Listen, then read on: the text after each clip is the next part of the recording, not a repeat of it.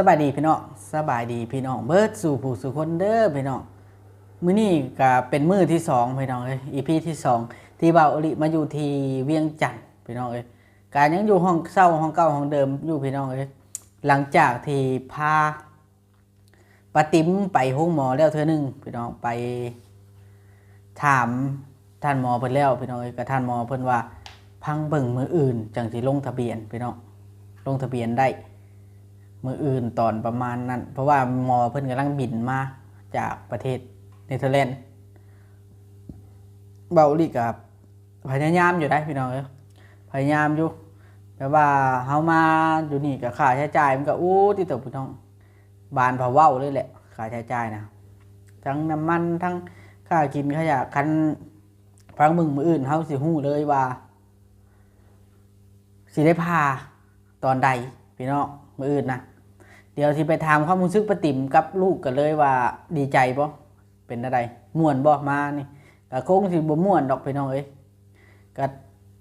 บ่มีไผม่วนดอกกันมาแบบนี้นะบ่ได้มาเที่ยวเนาะมาเที่ยวกับอันนั้นพี่น้องมาเที่ยวกับบ่ม่วนกันคึมพลไปนี่พลก็คึมเจ็บหัวอยู่เบาหลีเดี๋ยวนี้เจ็บหัวอยู่คืนนี้เป็นรถตกคุ้มคืนนี้โอ้พี่น้องเอ้ยลำบากอะไรเอาพี่น้องเดี๋ยวเอาสิไป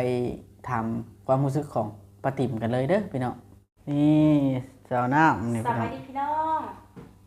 สบายดีเด้อ เจ้าคือบ่ไปใส่ บ่มีหมองไป หืม มีหมองไปอยู่แต่มัน เรียบมายก2 นิ้วเนาะโอเคถ่ายรูปเจ้าคือผู้ถ่ายรูปลงเฟซนี่พี่น้อง เขาเสิร์ฟของมันทายตรงนั้น เครื่องอุปกรณ์ค่อยอันนี้เจ้าน้ำเพิ่นนอนเฉยสินอนบ่เลย สิโตกแหละ นั่นว่าโอเคเดี๋ยวจะไปเบิ่งปฏิมก่อน เชิญนั่นแหละ ก้นของข่อยบ่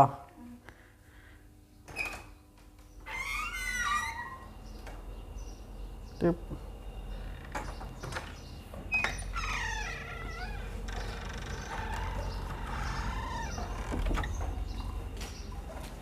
มาบ้านพักพี่น้องรักเสาเอ็ดเวียงจันทน์เด้อพี่น้องเด้อนี่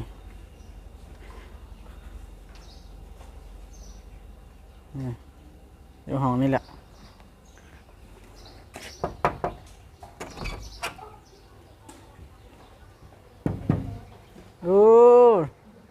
ในไซลูกมาตี้ที่สัมภาษณ์นี่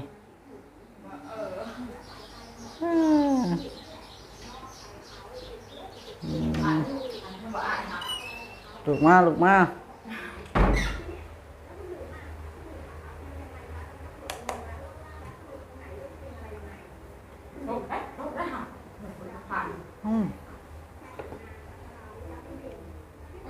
อเคมานี่มาลูกเด็ก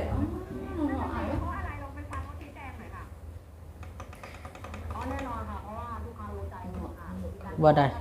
เอามานั่งลูก จึ๊บติดไม้นั่งกันอย่าดื้อเด้อ นั่งกันนะนั่งกันนี่เลยถ่ายรูปให้เบิ่งค่ะ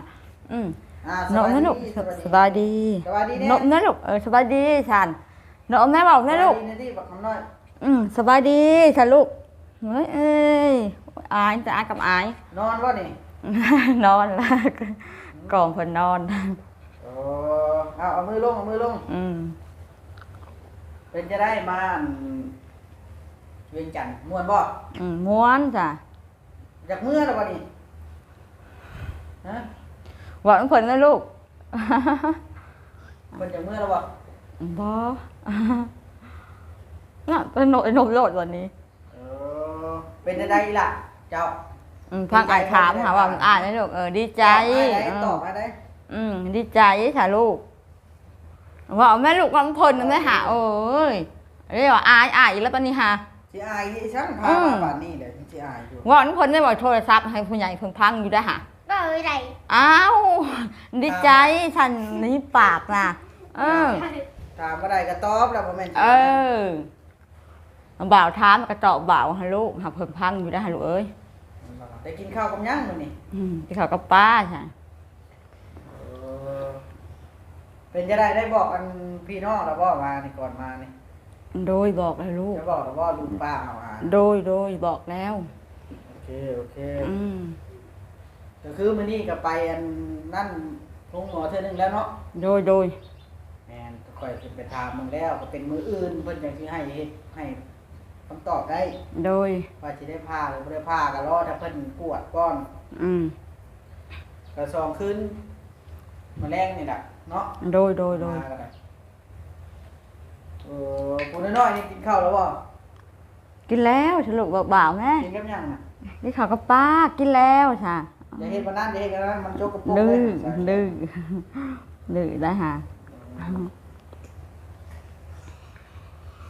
ไปได้นอนสบายบ่ของพัก โดยสบาย โดยเป็นได้ปฏิบัติรู้สึกดีใจบ่ ดีใจอย่างนี้ลูกแม่ดีใจแม่นะ ได้ยิ้ม โดย ปฏิบัติแล้วก็รู้สึกดีใจอยู่แต่ว่าเราเว้าบ่เป็นก็คือพยายามอย่าให้ลูกเจ้าอันทำหันทำนี่เด้อ โดย น้องเพิ่นนะ โดย แล้วหน่อยเพิ่นสิว่าเฮาได้นะ แน่นแหละ เพิ่นว่าเฮาได้ได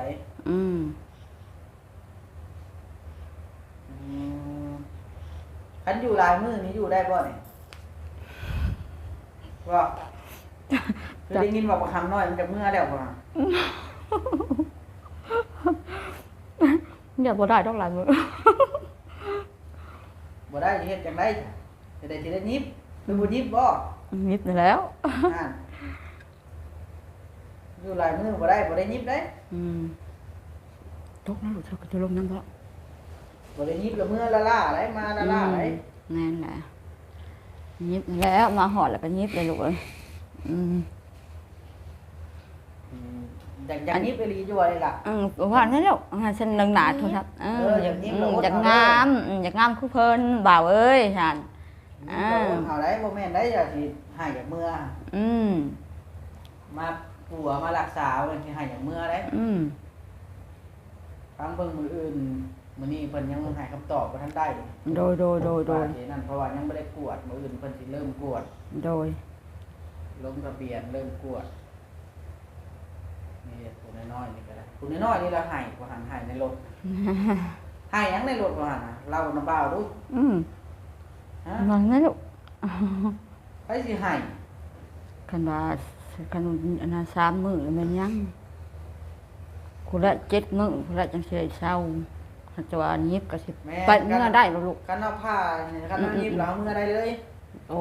เพราะว่าเอามารถอันนั้น ไปเอารักษาอยู่เพิ่นเอาเนาะลูก แม่น แก่สนุเอาทาน โอ้ยคันถ่ามันดีมันเป็นเดือนบ่ได้ แน่ควม ไปสิถ่ามันดีได้ ก็บ่อันปานใดดอกอันนี้หันของยิบซื่อเด้ก็บ่เป็นอันดอก แม่นบ่ โอ้ก็เด็กน้อย คะแนนมันโอ๊ตหันแล้วเด็กน้อยหลายคนอยู่ถ่ารอกันนำกันบ่มีแต่ผู้หนึงผู้เดียวดอก แน่นนะคันให้แล้วบ่ได้ได้จีกว่าเก่าอีกพายยิบขาด ให้บ่ให้บ่ให้ โอ๊ตแล้วใหญ่แล้วเฮาอยากงามโอ๊ตเอาลูกเอ้ย ปัญญาออกมันเวลาออกจากห้องแล้วเรียบไปดินละล่างเข้าไปล่างตีนในห้องน้ำก็เด้อก่อนเด้อมันดำลงเพิ่นเด้ห้องพักเพิ่นเด้นี่โดยให้อันนั้นได้ ตุ๊ก เฮ็ดให้มันงามเด้อได้กันเดี๋ยวเด้อบ่หำพังในบ่าวห้องฮะลูกบ่าวว่าฮะพังด้วยฮะ แล้วกินข้าวกินน้ำเรียบร้อยแล้วตำทั่วแน่ โดย เนาะ โดย ไปกินข้าวเรียบร้อยเลยเด้อพี่น้องเด้อเดี๋ยวมานั่งอยู่ในกินข้าวเช้าแล้วเวลา10 โมงแล้วในเวลาตอนนี้โอเคพักผ่อนเด้อ ขอบใจหลาย ยกมือดีๆยกมือดีๆบ่สมควรเหลียวหนีเวลายกมือมันบ่งามผู้น้อยเด้สบายดีเนี่ยผู้น้อยนบตัวลูกนบเด้อหาตลาดขึ้นนบหาผู้ถอนน้องเบิกกล่องหาหากล้องพร้อมเวลานกมันจะมีมารยาทเด้อนั่นล่ะโอเคป่ะโดยเลี้ยวโอเคพี่น้อง เว้าโอลิก็ได้อันนั้นแล้วเลยบอกแล้วย่านนิดหน่อยเฮ็ดห้องพักห้องหยังโทรทัศน์พัดลมเบิ่นเพน่ะเฮาก็จะเป็นได้บอกกูอันแล้วพี่น้องน่าจะอยู่ได้ประมาณ 3-4 วันพี่น้องให้ได้ 3-4 วันก็ดีอยู่จักสิอันนั้นหรือบ่แล้วบ่แม่นแต่เพิ่นดอกข่อยก็อยากเมื่อคือกันได้คันว่า 3-4 วันนะพี่น้องคือฮอดลูกฮอดเต้าเด้ลูกเต้าเบาอีหลีก็อยู่กับป้ากับย่าพี่น้องพ่อเบาอีหลีก็มานำคือกันพ่อเบาอีหลีนะเพราะว่าพ่อเบาอีหลีนี่สิมีใบขับขี่เบาอีหลีบ่มีใบขับขี่แล้วเลยอยากเราอยากขับรถให้เราเป็นห่วงเบาอีหลีนะย่านเบาอีหลีทั้งถูกตำรวจใหม่แน่ทั้งมันอันตรายแน่เราย่านเราบ่แม่นว่าเราบ่เชื่อใจดอกเราย่านแต่ว่าทำไปสวรรค์ชวินนี่เบาอีหลีไปเองก็ได้อยู่อันนี้ก็เบาโอลิก็มาเองก็ได้แต่ว่าพ่อแม่นะพี่น้องถึงสิเชื่อใจลูกทำใดก็คันเพิ่นพอค้านไปนำได้นี่เพิ่นไปนำพี่น้องคันสิบ่ให้เพิ่นมานำนี่โอ้ยอีตูนเพิ่นพี่น้องเพิ่นแพงเฮาสมมุติว่าเพิ่นแพงเฮานี่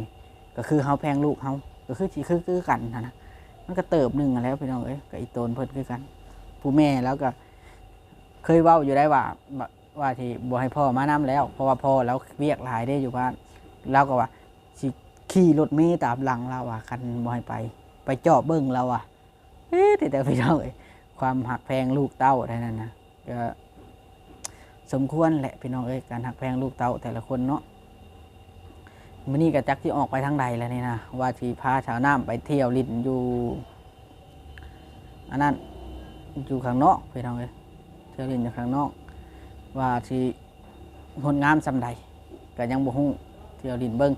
เพราะว่าบ่เคยเที่ยวเมืองเวียงจันทน์จักเทื่อเบาอีหลีบ่เคยเที่ยวจักเทื่อใดเมืองเวียงจันทน์นี่บ่เคยในประเทศตัวเองอยู่แต่ว่าบ่เคยแบบว่ามาเทื่อเดียวตอนมาทำพาสปอร์ตในปี2016ประมาณนี้แหละ2016หรือว่า2018มาทำพาสปอร์ตแล้วก็บ่ได้เที่ยวไส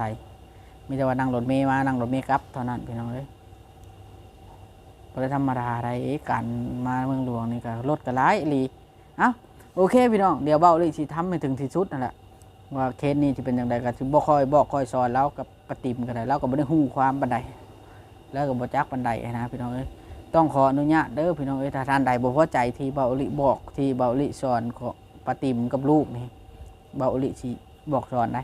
เบ้าลิเว้าง่ายๆครับบ่แม่นว่าเบาหลีฮู้จักกว่านะแต่ว่าเบาหลีน่าสิเคยเข้าสังคมกว่าว่าซั่นจ้ะก็เลยฮู้จักการวางตัวแบบไปบ่อนหมู่บ่อนหยังนี่นะพี่น้องวิธีการเฮ็ดนั่นเฮ็ดนี่นี่นะมันก็ต้องสอนกันท่านเบาหลีบ่สอนผ่านกล้องก็สอนนอกกล้องก็ได้แต่ว่าเบาหลีสอนในกล้องก็สอนไปเลยเบาหลีเป็นคนแนวนี้นะพี่น้องให้ฮู้น้ำกันเนาะพี่น้องโอเคพี่น้องจังใดก็คลิปนี้แต่เบาหลีต้องขอตัวลาไปก่อนเด้อฝากพี่น้องกดไลค์กดติดตามเพื่อเก่าพี่น้อง